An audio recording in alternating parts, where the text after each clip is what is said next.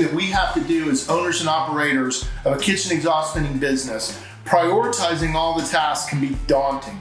We're running the AR, the AP, sales, operations, marketing, equipment maintenance for our companies, just to name a few hats that we wear.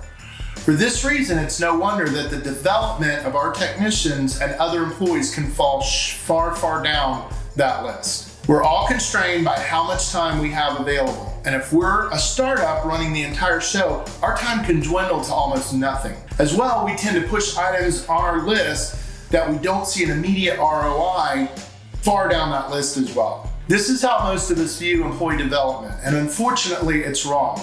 Our people are our company, and if you don't believe that, it's time to reevaluate. Technicians want to feel that their managers actually care and are committed to supporting their professional growth, their advancement, and especially in this younger generation. Technician development is a long-term initiative, but it has short-term benefits such as increased loyalty, improved performance, and engagement for your organization.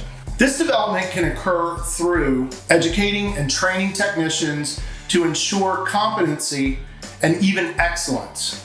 Knowledge-based critical information is the best way to do this. Coaching and mentoring new employees by doing more than just telling them what to do. Ask questions and be intentional about having regular conversations to support your staff. Cross-train your staff so that your office staff is knowledgeable about what the technicians know. This can make them invaluable when they're answering customer calls and scheduling.